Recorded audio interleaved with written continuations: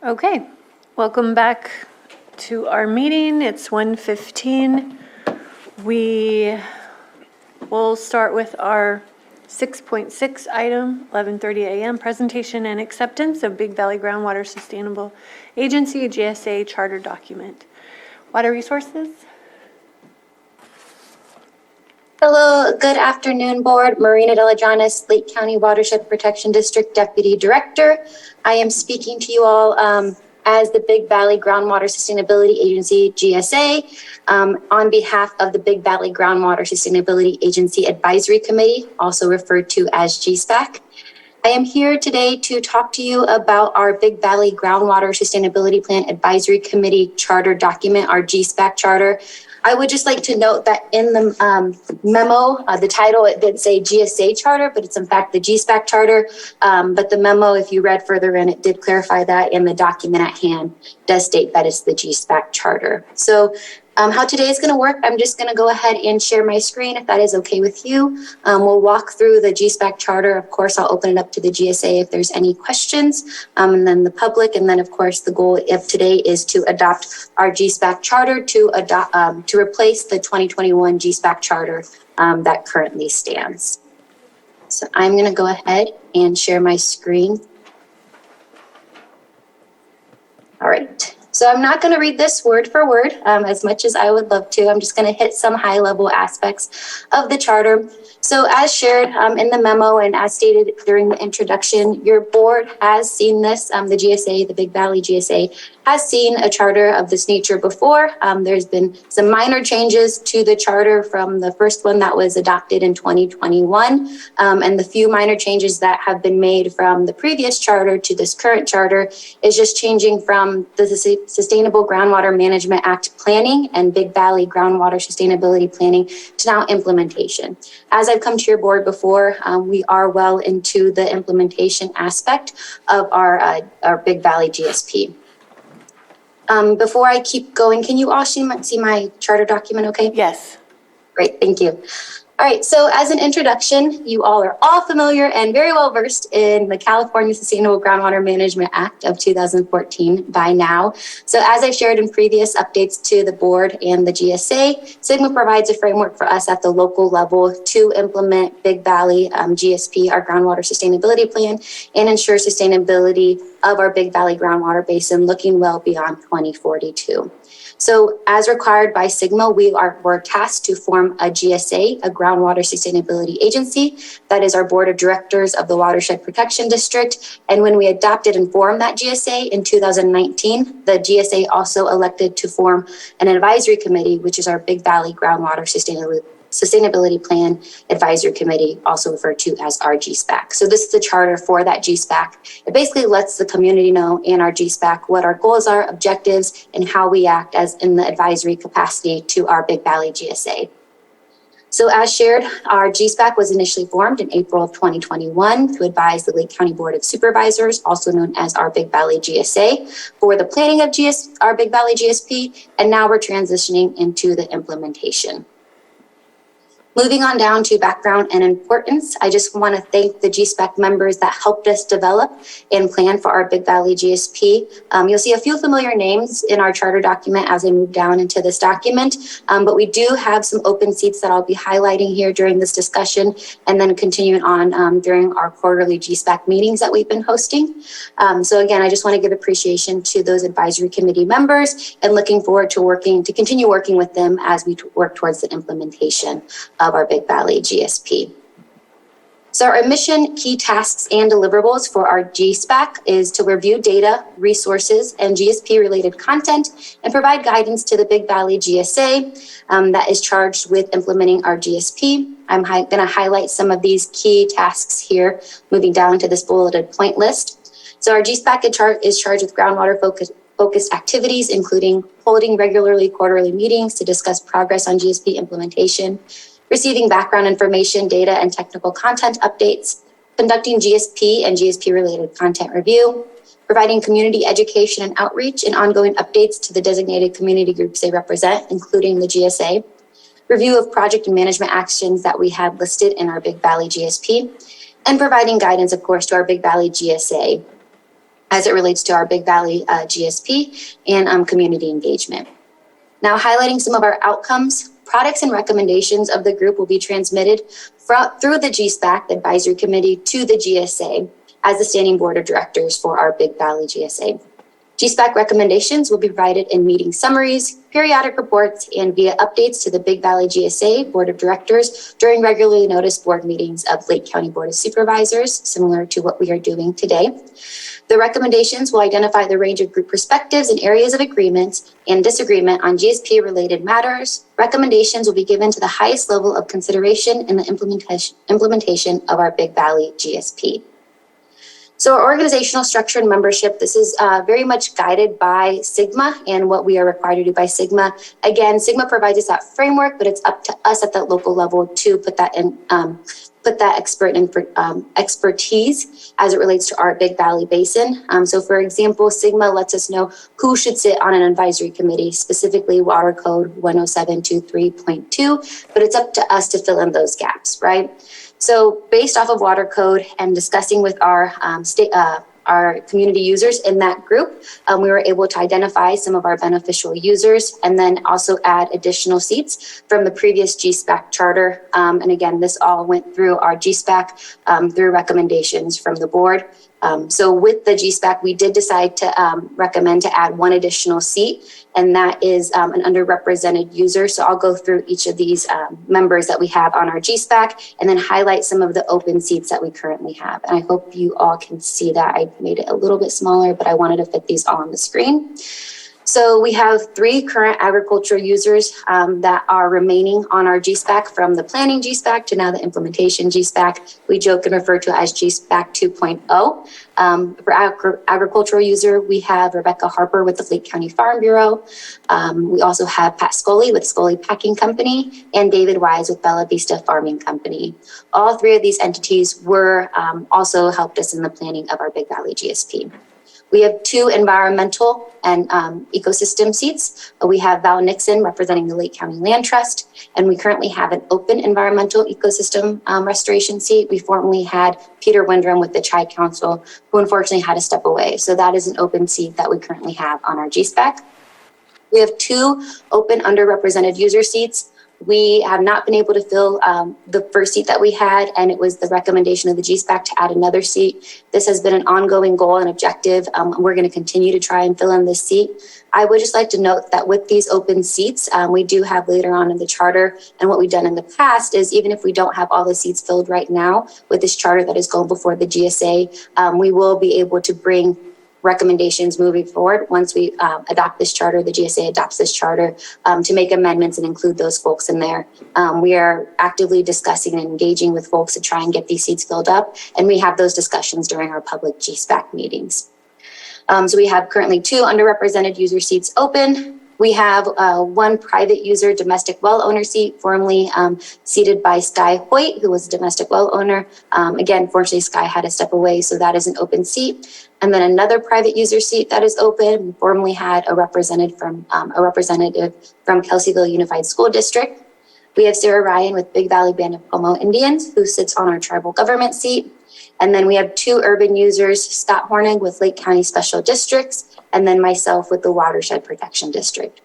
So with these GSPAC seats, we do have a lead for the GSPAC. It was formerly me in the planning, and then now it's currently me still with the implementation aspect. So I will still remain in the seat as lead for GSPAC on behalf of the Watershed Protection District. So we are the lead at the local level for implementing SGMA.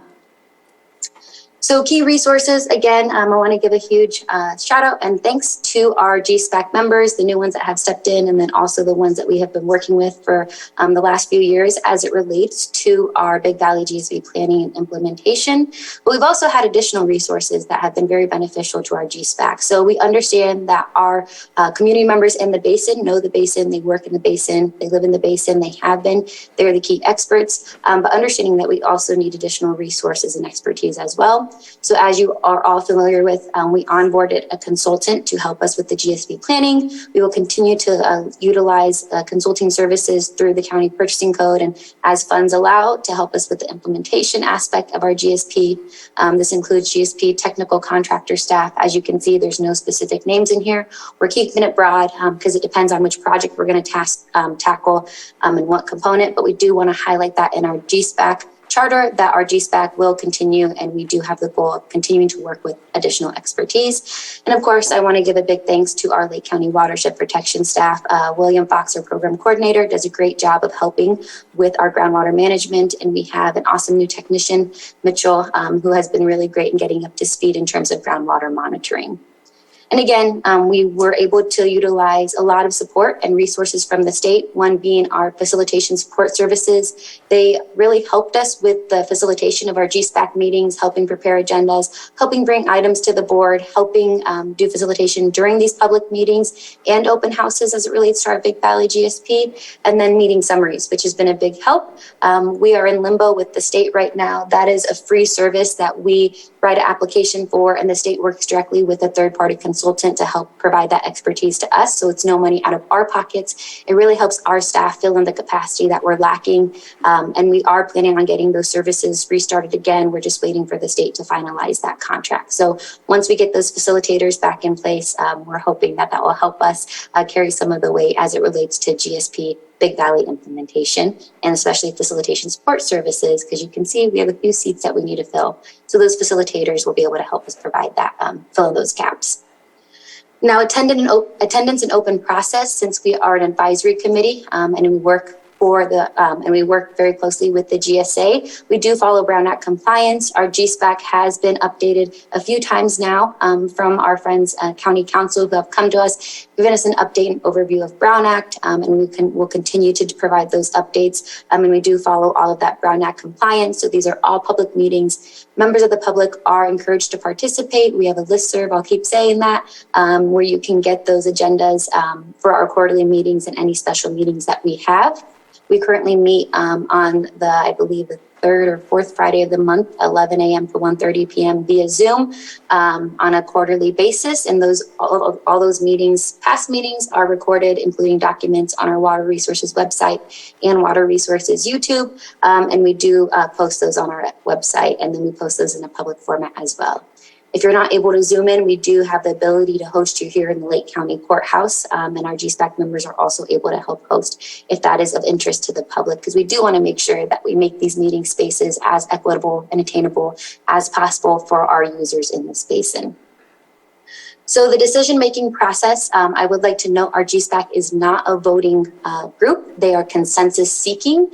So we follow, you can see the criteria as I go down here, and it is the GSA that's actually the vote. So our GSPAC, we provide recommendations. We seek consensus on whether it be projects or different things as it relates to our Big Valley GSP. But ultimately, we bring that to the GSA for voting, because we as a GSPAC are not a voting. We seek consensus. And here is the protocol that we use during the Big Valley GSP development.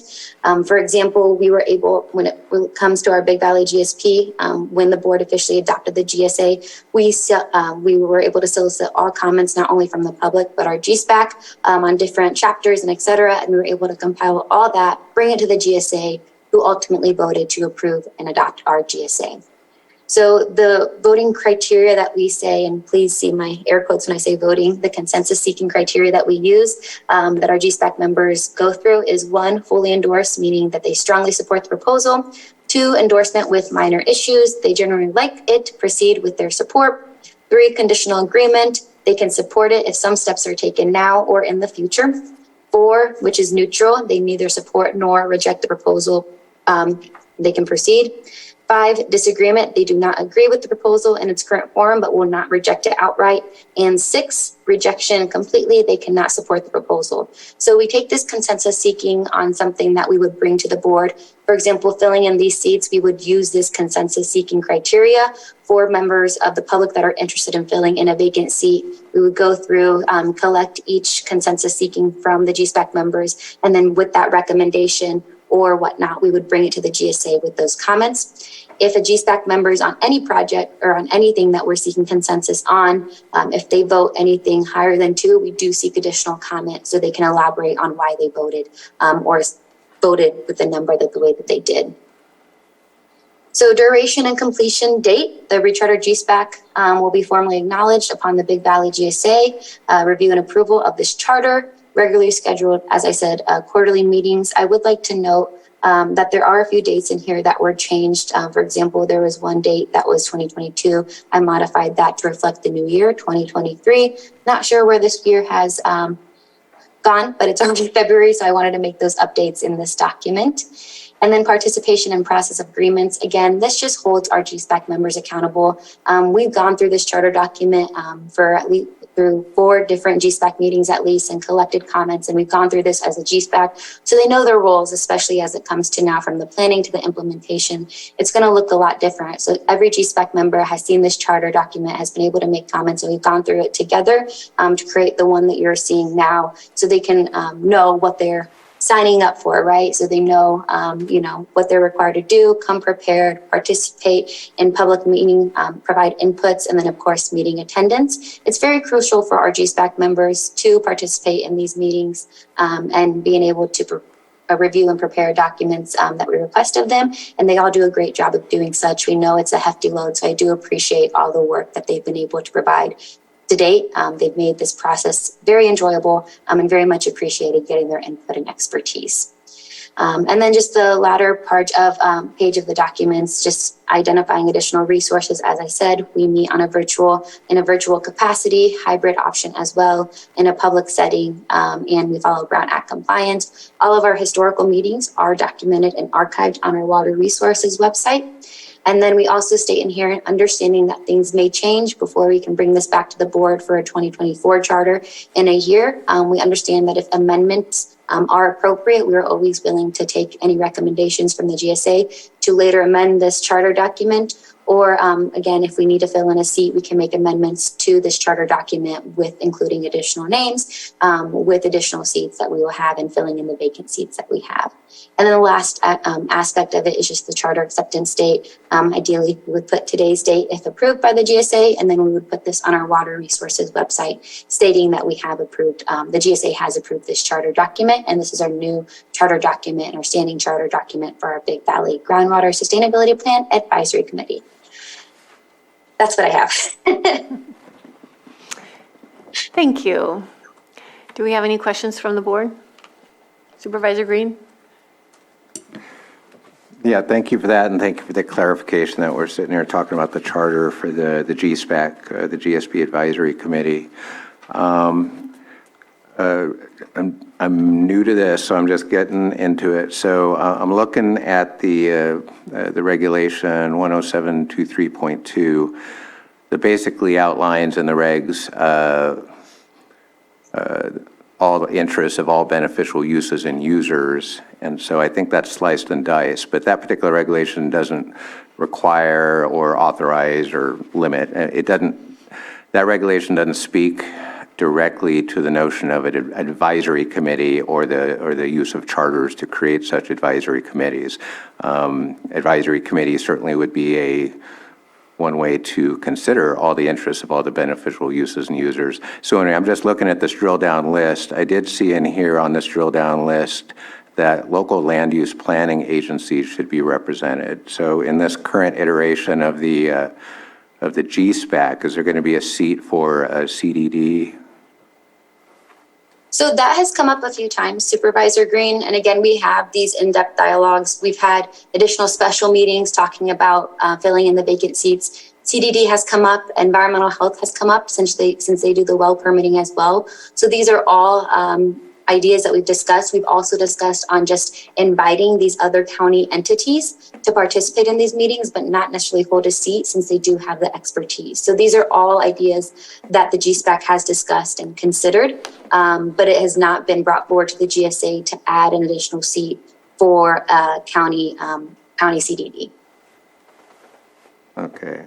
Well, I'm open to hearing more about the history. It appears there's broad authority for the GSA to implement these regulations. I assume that the creation of an advisory committee and the charter reflects previous direction of the GSA to do so.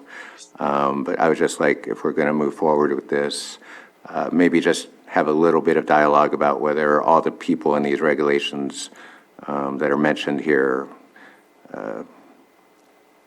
yeah, now that you mentioned EH, that probably would make some sense too. So totally on board with the idea, totally on board with the charter, just wondering if, despite the difficulty of filling seats, there appears to be some interest in Sigma that we have those seats filled with local land use planning agencies and environmental uses of groundwater.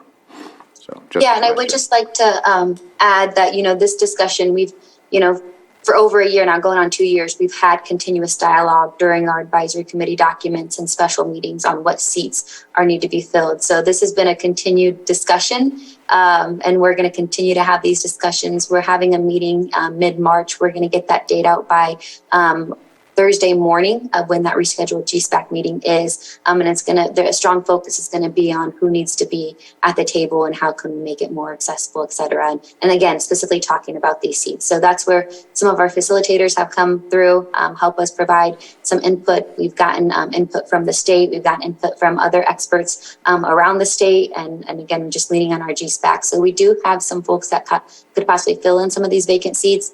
And again, it's just going to be an ongoing thing of, continuously looking at our charter and our GSPAC of who's missing, who do we need to bring to the table. So it's been a continued dialogue for the past 2 years now. I appreciate that. I just think since we are here today for the specific purpose of accepting this charter, if there is something missing from the laundry list, I think today would be the day to address it, not a future meeting. That's just me. Thank you. Supervisor Sabatier. Three things. First off, thank you for your presentation on this. On the resources portion that you spoke about, the Zoom meetings being available, it kind of reads awkwardly in the sense that it sounds like meetings will be held virtually rather than they will also be held virtually, because right now the way the Brown Act is reading, it's you do it in person, and it almost speaks like we're still in 2021 or 2022. Just kind of wondering if that might need to be changed to make sure that the charter reads with what's actually happening. And I get it that you also want to provide a Zoom option so that people could come in. But at the same time, you speak of the Brown Act, and the Brown Act is requesting that we all meet in person with caveats of who and how you can meet virtually. So just, I think possibly just adding the other than in person, scheduled GSPAC meetings will be held virtually, something like that I think would be appropriate, just to get picky on that part. And then is there a potential exit strategy out of this? Because I know that it costs us money to continuously through 2042 have this GSA. But is there data that can be provided to the state where it allows us to have the exit strategy that we are no longer seen as a Sigma area? And maybe I'm not saying that appropriately, but I know that we revised our numbers for Upper Lake, where originally that was in Sigma, and we were supposed to do the same type of analysis and review and formation. Is there something within this charter that if enough positive data comes out of it that we can produce that to the state? That's a good question, Supervisor Sabatier. So I've been working on Sigma since 2019 now, and I also sit on a state level organization that works very closely with legislative and lawmakers regarding Sigma. And based off of conversations I've been having with the state since 2019, I don't want to say for certain. I don't have my crystal ball that can predict the future, but it's not in our best interest to try and pursue getting out of a priority basin for Sigma. The state is not leaning in that direction. Every basin that they've already established as priority basin is going to stick to priority basin. And that was something that the GSA, if they're interested in pursuing, I would recommend the GSA take that. But I don't see it happening. We are very far into Sigma. We've already spent, $1.4 million in GSP planning and now we're towards the implementation. So it just wouldn't be in our best interest to try and move that direction, because I don't see that happening. When we did make that modification and give that land use update a few years back, that would have been the time to do it. But the state wasn't even considering our Big Valley Basin. And from my understanding and in dialogue with the state, the reason why they have our Big Valley Basin as a priority basin is because of just the agricultural use in the area and the streams that we have. So it's just, again, a cautionary measure. You're right. It is going to take, it is going to take a lot of staff time. It has taken a lot of staff time, resources, and funding. But we, on the Watershed Protection District's behalf, we are actively seeking funding opportunities. We have applied for funding opportunities to try and lessen the burden, the financial impact that complying with SGMA will take. Okay, had to try. Yes, appreciate it. And then the last one is, I'm looking at the list of members, and I agree with Supervisor Green that this is a good day to have this discussion if we're going to have any changes. And I'm trying to look at a fair, equitable membership, and so I'll just read out what I see. I see 3 agricultural users as members. I see 2 environmental ecosystem members. Underrepresented, there's 2 members. Private users, there's 2 members. Urban users, there's 2 members. And then tribal government, there's 1 member. It just feels like that is not an equitable placement of membership, especially when tribal comes down to just 1, when everyone else has 2 or more. And just, I think that adding 1 tribal, I think would provide a bit more of an equitable membership. It doesn't provide any majority where tribal perspective would be able to maneuver through this GSA process and what their potential needs or wants are, but I think it provides a fair membership count. So that's the only things that I had in front of me. Thank you. And I just want to, I did notice that, but then I noticed the only native sovereign nation within the GSA area is Big Valley. So, and it's not really, it's more of a consensus body than a let's take some votes kind of body. Totally open to the idea of a second seat. Certainly having a policy person in addition to a science person would be helpful, but I did notice that, but I also noticed there was only 1 tribe within there, so.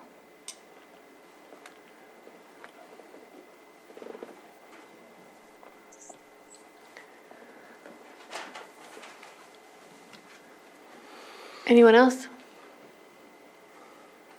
Okay. For the public, come on up.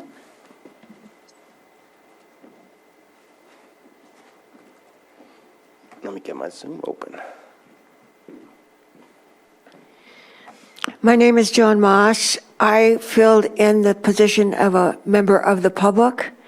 I wrote a lot, and I haven't seen where I wrote it. I haven't seen it printed, but I also wanted to ask, didn't Peter Windrum also resign as well as Sky Hoyt? Thank you.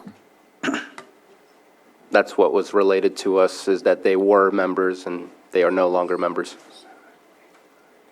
Yes, and just to elaborate, so all of the public comments that were solicited during our Big Valley GSP planning and implementation are recorded for the record. Our Big Valley GSP is hosted on the California Department of Water Resources SGMA portal. Smas, I know you do have a copy of that document. It's a 900-page document, very lengthy.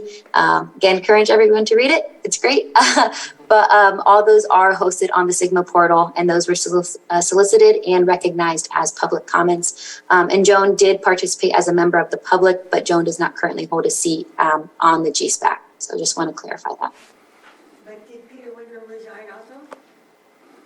I didn't. Yes. I've already answered. The question was again about Peter Windrum. Yes, he has resigned. So has Sky Hoyt. Anyone in Zoom? No? I opened it up, but I haven't checked. There are no hands in Zoom. Okay, we'll bring it back to the board. I did have a question, and I thought it was answered. It was in some instances, but with the environmental ecosystem position, I'm assuming that's the one that Peter resigned from. So is it one of those agencies that require just to be a part of that agency, not to be residing in that area, or is that a requirement as well? So that's a great question, Supervisor Crandall, and we've had that discussion, and that's again been in the dialogue as we're talking about, who can we have fill these seats. The majority of the GSPAC members would recommend that those folks actually live or work in the basin, but we also understand that, for example, there are folks that may have interest and have interest in the basin that necessarily don't live in the basin but have that expertise. So that's something that we would consider. The GSPAC definitely would consider if there's someone from an entity that could possibly fill in that seat. Maybe they don't live or work in the basin, but they have strong expertise or knowledge of the basin. The GSPAC would definitely consider that person. So that was a very political response to your question. Thank you. So is there a quorum now with the members you have? Yes, yeah. And again, we're non-voting, so I don't know if I could lean on Anita to help with that, but we don't do any sort of voting specifically. We seek consensus. But you still have to have a quorum to have the meetings, correct? Yeah, so my concern is adding more seats when we can't fill these, and then we'll not have a quorum to move forward. Yeah, and that's where we're at as well. So that's why we do have the aspect of making amendments if we want to add seats later on. I would definitely like to get the input from our GSPAC anyhow before adding additional seats. So we do have that opportunity, and we can easily come back in the near future to have this further discussion if the charter is approved today. Okay.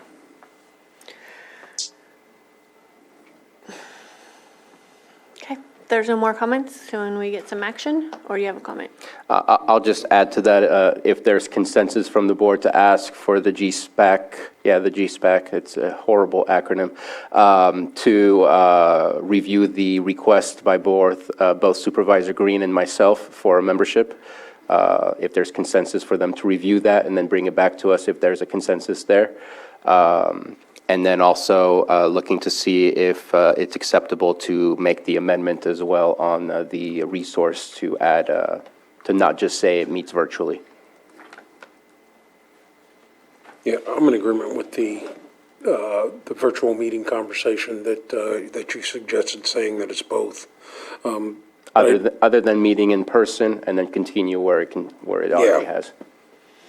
And then one more clarification kind of off of Supervisor Crandall's question, the environmental ecosystem, as you know, all tribal governments also have an EPA coordinator, and some have even have been funded for a climate resiliency officer. So there's different aspects, I think, of that. So I guess that would be clarification for the board. Maybe to come back, or the GSPAC to come back, and I'll get that right too with the recommendation, because I do see an opportunity there. And then I would just make a comment that, yep, Big Valley is in the basin, but Scotts Valley is right here too, which that's part of their ancestral lands also. So I think that conversation could be opened up a little bit farther. So I don't know what your thoughts are on that. Yeah, and I think that's a great point, Supervisor Simon. We've had that discussion, and I know, we were talking with that idea. We do work closely with Scotts Valley, especially with our Big Valley groundwater model. We had our consultants also look at Scotts Valley as well. So part of SGMA is you're supposed to coordinate with nearby GSAs. We in Lake County only have one priority basin, and the closest other priority basin is in Ukiah, Santa Rosa, and Napa. Doesn't really benefit us, but we do want to work very collaboratively with our other groundwater basins, and especially since Scotts Valley does border right along our Big Valley Basin. I think that is definitely a discussion that we need to entertain in coordinating with Scotts Valley and Pomo. Just as a clarification, Vice Chair Simon, you were speaking more along tribal areas rather than basins? Yeah, absolutely. When you look at the ancestral lands, obviously throughout Lake County, there are districts, there are counties, but long before that, traditional lands of the tribes, especially on the north side or on this side with Scotts Valley and Big Valley. I think there's an opportunity there in this conversation when we talk about it, instead of open it up, maybe that opportunity for the environmental ecosystem or underrepresented user could be the Scotts Valley band, or even you know, you have Sarah Ryan as one seat from Big Valley, but she may not be the EPA coordinator. There could be another opportunity there. So just would like to have those discussions, because before county lines, before territorial lines were established here in the state of California, there were the traditional lands and cultural boundaries of the tribes, which were all linguistic, not drawn by lines. So just, I guess that's my clarification on that, and maybe getting out there where the board could have that conversation with maybe a couple of the tribes on this side here. Instead of adding, because I clearly understand adding another seat, it's a challenge. We had a challenge in the middle of a disaster to get a meeting pulled together yesterday, so that would be my request instead of adding the seat. So that was a long way to say that, I guess. I don't know what's wrong with me, too much coffee today. Those are my thoughts as well. I think with the two underrepresented seats in the environmental ecosystem, we have opportunities to fill those and just be more creative with that before we start adding seats. I don't want to give that direction right now because I don't want to be in a place where we can't even have this group meet. We got 1, 2, how many openings now? 3, 4, 5 openings. Supervisor Green? Well, I'm okay with kicking the discussion to the GSPAC, and they'll understand better than anybody the difficulty of filling the seats and pulling meetings. But just a semantic thing, underrepresented user could be disadvantaged communities as referenced in the SIGMA regulations. And then on page 3 of this, under the title Organizational Structure and Membership, the first paragraph describes what we're here doing today, accepting that. So in that we are approving this revised charter. I don't know that that paragraph needs to be there. If we did strike it, the next paragraph would move up, and it says the GSPAC is composed as an ad hoc advisory committee. I don't believe the words ad hoc are accurate. So the suggestion would be to strike the first paragraph under that heading and to strike the words ad hoc from the paragraph under that. Totally support all the other consensus items that have been brought forward.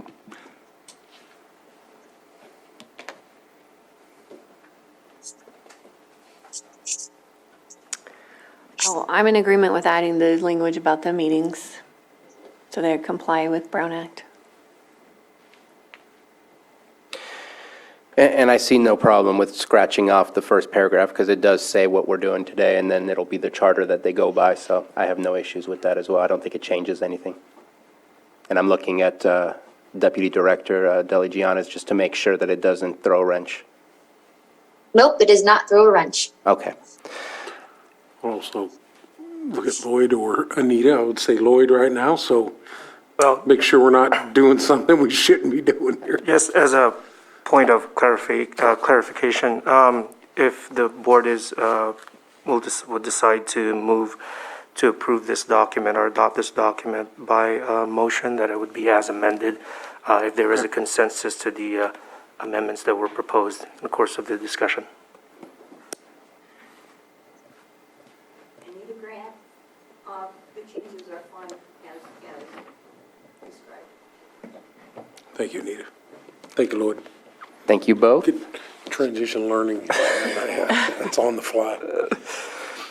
And if there's no further comments from the board, I move to approve the 2023 charter of the Big Valley Groundwater Sustainability Agency as amended for the resource section and for the organizational structure and membership changes.